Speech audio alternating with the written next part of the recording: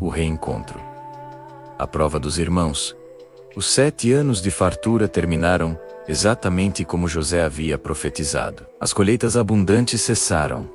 O Nilo não inundou como deveria. As chuvas pararam de cair. E o sol queimou a terra sem piedade. A fome chegou severa e implacável, não apenas ao Egito, mas a todas as terras ao redor. Canaã, Síria, Arábia, toda aquela região do mundo conhecido. Mas o Egito estava preparado, graças à sabedoria que Deus dera a José e ao planejamento cuidadoso durante os anos de fartura. Os celeiros estavam abarrotados de grãos. Quando a fome apertou e o povo clamou ao faraó por pão, ele respondeu: "Vão a José e façam o que ele disser." José abriu os celeiros e começou a vender grãos aos egípcios. Logo a notícia se espalhou para além das fronteiras do Egito. As nações vizinhas, desesperadas pela fome, começaram a enviar caravanas para comprar alimentos. O Egito havia se tornado o celeiro do mundo. E José, o administrador de toda aquela riqueza, controlava o destino de milhões. Em Canaã, na terra onde Jacó havia se estabelecido décadas atrás, a fome também devastava tudo. Os rebanhos morriam por falta de pasto. As colheitas falhavam. As reservas de alimentos estavam acabando. Jacó, agora um homem muito velho, via sua família enfrentando a inanição. Ele tinha 12 filhos, além de netos, servos e suas famílias. Eram muitas bocas para alimentar. E a comida estava terminando. Um dia, Jacó ouviu de viajantes que havia grãos disponíveis no Egito. Imediatamente reuniu seus filhos e perguntou com frustração: "Por que ficam olhando uns para os outros? Ouvi dizer que há cereais no Egito. Desçam até lá e comprem para nós, para que possamos sobreviver e não morramos." 10 dos filhos de Jacó se prepararam para a viagem. Ruben, Simeão, Levi, Judá, Issacar, Zebulon, Dan, Naftali, Gade e Aser juntaram seus jumentos. Pegaram dinheiro para comprar grãos e se prepararam para a longa jornada até o Egito. Mas um irmão não foi com eles. Benjamim, o mais novo. Benjamim era o único filho de Raquel que restara com Jacó. Após a suposta morte de José, ele havia se tornado o novo favorito do pai. Jacó tinha pavor de perder Benjamim também. Ele disse aos outros filhos: "Benjamim não irá com vocês. Tenho medo de que algo de mal lhe aconteça." Os irmãos não discutiram. Carregavam a culpa do que haviam feito a José 22 anos atrás e entendiam o medo do pai. A caravana dos 10 irmãos viajou por muitos dias até chegar ao Egito. Quando chegaram à capital, ficaram impressionados. Era uma metrópole magnífica, com construções grandiosas, templos imponentes, ruas movimentadas. Nunca haviam visto nada igual em suas vidas simples de pastores. Eles foram direcionados ao local onde se vendia grãos aos estrangeiros. Ali, foram informados de que precisavam de autorização do governador do Egito, o homem que controlava toda a distribuição de alimentos. Foram levados até o palácio administrativo, um edifício impressionante, onde José recebia os compradores estrangeiros. Quando entraram no grande salão, viram um homem sentado em uma cadeira elevada, vestido com as roupas luxuosas de um alto oficial egípcio. Usava joias de ouro. Tinha os olhos pintados com cole conforme o costume egípcio, e carregava-se com a autoridade de alguém acostumado a mandar.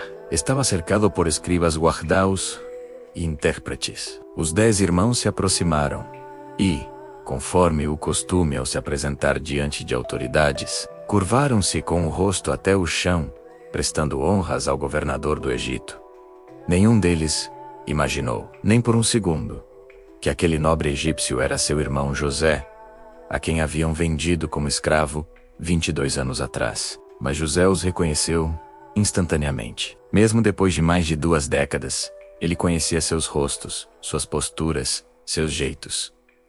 O coração de José disparou no peito. Ali estavam eles, os homens que o haviam traído, que o jogaram numa cisterna, que o venderam por 20 moedas de prata, que mentiram ao pai, dizendo que estava morto. Ali estavam, curvados diante dele, exatamente como seus sonhos de juventude haviam mostrado. José sentiu uma onda de emoções contraditórias: raiva pela traição, dor pela rejeição, saudade da família, curiosidade sobre o pai e Benjamim. Mas ele controlou suas emoções e decidiu não se revelar ainda. Precisava saber se seus irmãos haviam mudado, se tinham algum arrependimento, se tratariam Benjamim diferentemente de como o haviam tratado. José falou com eles em egípcio através de um intérprete, fingindo não entender hebraico, para que eles não o reconhecessem. Ele endureceu sua voz e perguntou com hostilidade: "De onde vocês vieram?" Eles responderam humildemente: "Da terra de Canaã, para comprar alimentos." José os encarou com suspeita e os acusou: "Vocês são espiões. Vieram ver onde nossa terra está desprotegida." Era uma acusação grave. Espiões eram tratados como inimigos.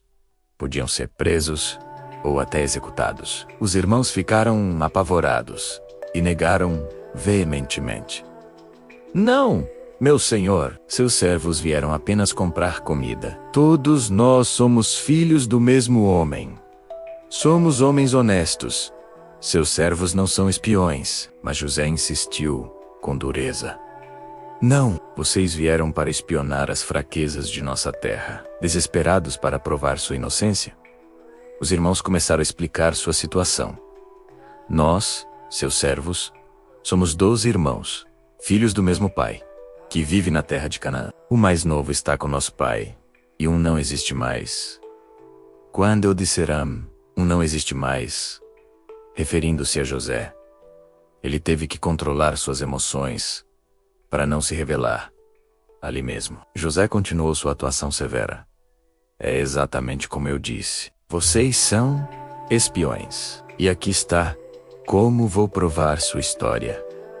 Juro pela vida do faraó que vocês não sairão daqui, a não ser que seu irmão mais novo venha. Enviem um de vocês para buscar o irmão, enquanto os outros ficarão presos. Assim veremos se estão dizendo a verdade.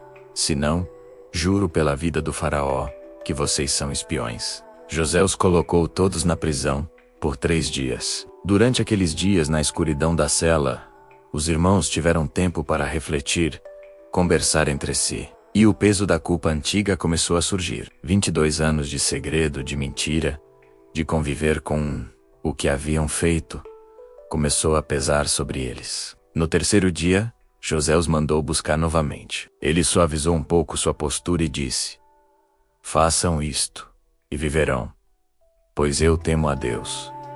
Se vocês são honestos, deixem um dos seus irmãos aqui na prisão, enquanto o restante leva cereais para suas famílias famintas. Mas vocês terão que me trazer o irmão mais novo. Assim suas palavras serão verificadas e vocês não morrerão."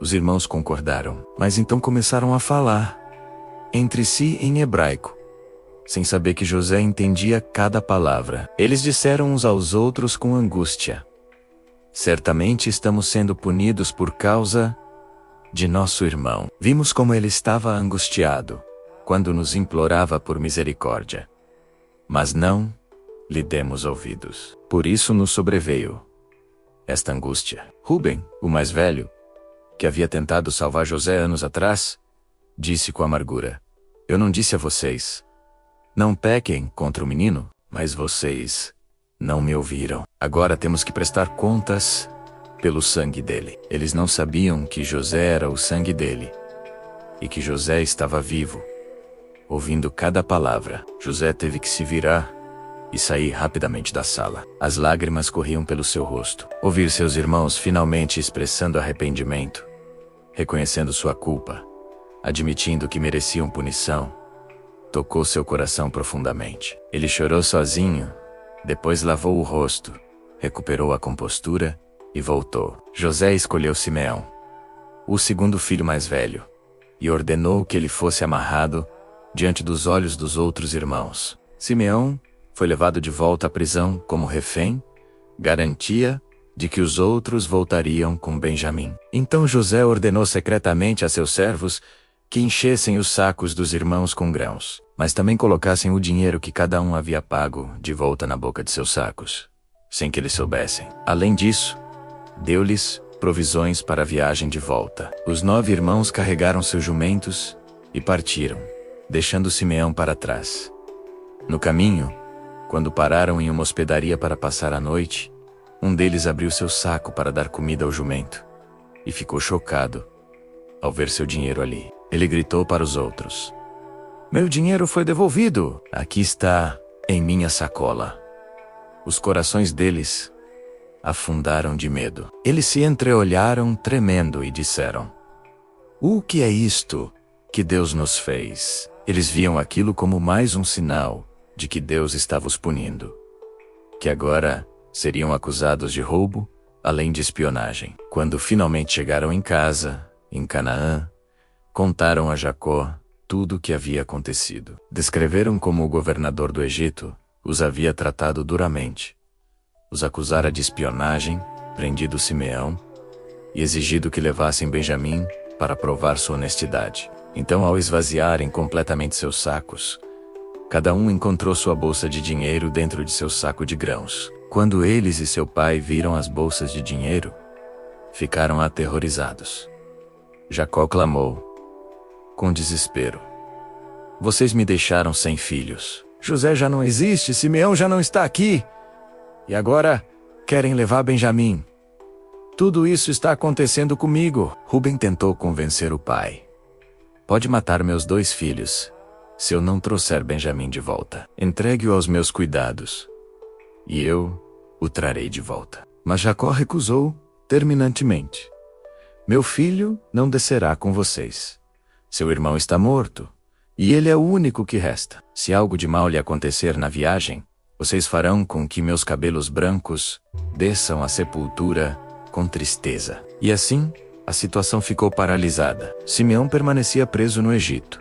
Os irmãos estavam em casa sem saber o que fazer. E Benjamim estava preso por um pai que não podia suportar a ideia de perdê-lo.